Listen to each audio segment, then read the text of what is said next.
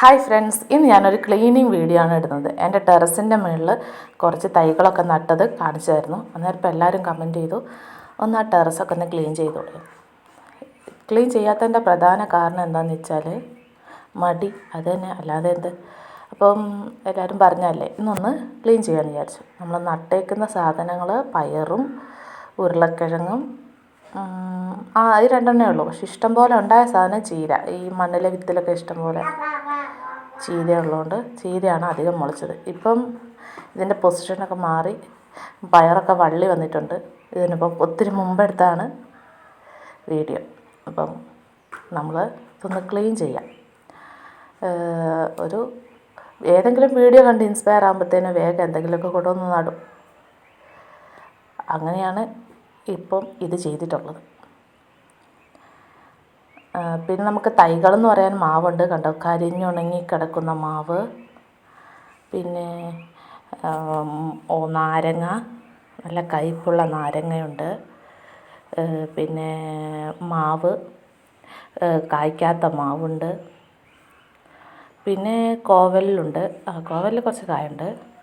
അതിൻ്റെ അകത്ത് കാച്ചിലിൻ്റെ വള്ളിയൊക്കെ വന്ന് ആകെ അലമ്പായിക്കാണ്. അപ്പോൾ നമ്മൾ കാച്ചിലിനെ മൂടോടെ വെട്ടി കാച്ചിലെടുത്ത് ഇപ്പം അതിൻ്റെ ഒരു സെറ്റാക്കി വിട്ടിട്ടുണ്ട്. അപ്പോൾ നമ്മൾ അതിൻ്റെ അകത്തുനിന്ന് കോവയ്ക്കെല്ലാം പറിച്ചെടുത്ത്, ഇത്രയും മൂക്കരുത് കേട്ടോ, കുറച്ച് മെലിഞ്ഞിരിക്കുന്ന കോവയ്ക്ക പരുവാണ്. അന്നേരം തോരനൊക്കെ വെച്ചാൽ ടേസ്റ്റുള്ളൂ. ഇത്രയും മൂക്കാനൊന്നും ആരും കാത്ത് നിൽക്കരുത്. അപ്പം മടിയുള്ളവർ ഇടയ്ക്കിടയ്ക്ക് ഒന്ന് ടെറസിൻ്റെ മുകളിൽ കയറി ഇങ്ങനെ വല്ല നട്ടിട്ടുണ്ടെങ്കിൽ പറിച്ചെടുക്കണം എന്ന് ചുരുക്കം. അത് താഴെ നിന്നാണ് ഇതിൻ്റെ റൂട്ട് വന്നിരിക്കുന്നത്. അപ്പം മുകളിൽ തന്നെ അല്ല കോവയ്ക്കുള്ളത്. അങ്ങനെ ഇതാ കരിഞ്ഞുണങ്ങി കിടക്കുന്നതാണ് നമ്മളെ കാച്ചിലിൻ്റെ വള്ളികളെല്ലാം. അതിനെല്ലാം പിടിച്ചു വലിച്ച് എറിയണം. അപ്പോൾ ചട്ടിക്കകത്തുള്ളത് വേറൊന്നുമല്ല, കോവയ്ക്ക പറിച്ചല്ല അതിനകത്ത് വെച്ചാണ്. കണ്ടോ, ഞാനൊക്കെ അടിച്ചു വാരിയൊക്കെ വൃത്തിയൊക്കെ ചെയ്യും. കണ്ടോ, അത്രയും ഞാൻ അടിച്ചു വാരി. ഞാൻ അടിച്ചു വാരി ഞാൻ വീഡിയോ എടുക്കാൻ കൂടെ പോസിബിൾ അല്ലാത്തതുകൊണ്ട് അടിച്ചു വാരിയിട്ട് പകുതി അവിടെ വെച്ച്, പിന്നെ നിങ്ങളെ കാണിക്കാൻ വേണ്ടി ഞാൻ അടിച്ചു വാരുന്നുണ്ട്. ഞാൻ തന്നെയാണ് ക്ലീൻ ചെയ്തത്.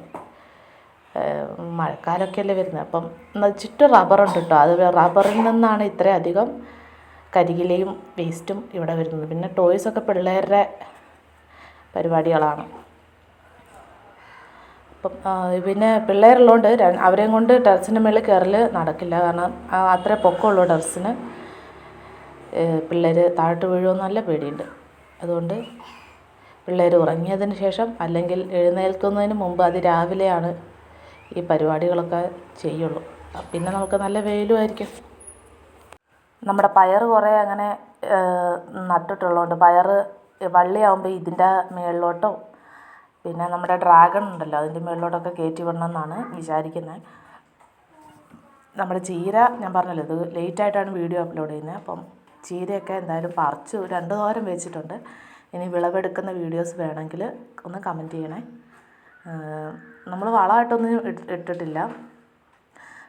ഈ മണ്ണും പിന്നെ ശകലം ഈ കരിയിലേൻ്റെയൊക്കെ വേസ്റ്റ് കൂട്ടിയിട്ടുണ്ടായിരുന്നു. അപ്പം അത് ചീഞ്ഞ് പൊടി പോലെ ആയിട്ടുണ്ടായിരുന്നു. ഉണങ്ങി അങ്ങ് ടെറസിൻ്റെ മുകളിൽ തന്നെ ഈ കരിയിലെല്ലാം കൂട്ടി ഒരു ചാക്കി കെട്ടി വെക്കും. അപ്പം അത് വളമായിട്ട് വരുമ്പോൾ പിന്നെ അവിടെ എന്തെങ്കിലും നടണമെങ്കിൽ മണ്ണ് മാത്രം കൊണ്ടുപോയിട്ടിട്ട് ഈ പൊടിയും കൂടെ ഇട്ട് മിക്സ് ചെയ്താണ് ചെയ്യുന്നത്. പിന്നെ വീട്ടിൽ പോയി വന്നപ്പോൾ കുറച്ച് പച്ച ചാണകം എടുത്തുകൊണ്ട് വന്നായിരുന്നു. അപ്പോൾ ആ ചാണകത്തിൻ്റെ വെള്ളം കുറച്ച് കലക്കി ഒഴിച്ചിട്ടുണ്ട് എല്ലാത്തിലും. അതുകൊണ്ടാണ് നല്ല കായ ഉണ്ടാകുന്നത്. ഇപ്പം ഒരു തൈയൊക്കെ നടുന്ന സമയമാണെന്ന് തോന്നുന്നില്ല. എല്ലാവരും ഇനി കടുത്ത വേനൽ വരുവാണ്. അതിന് മുമ്പ് എല്ലാവരും നടണം. അപ്പം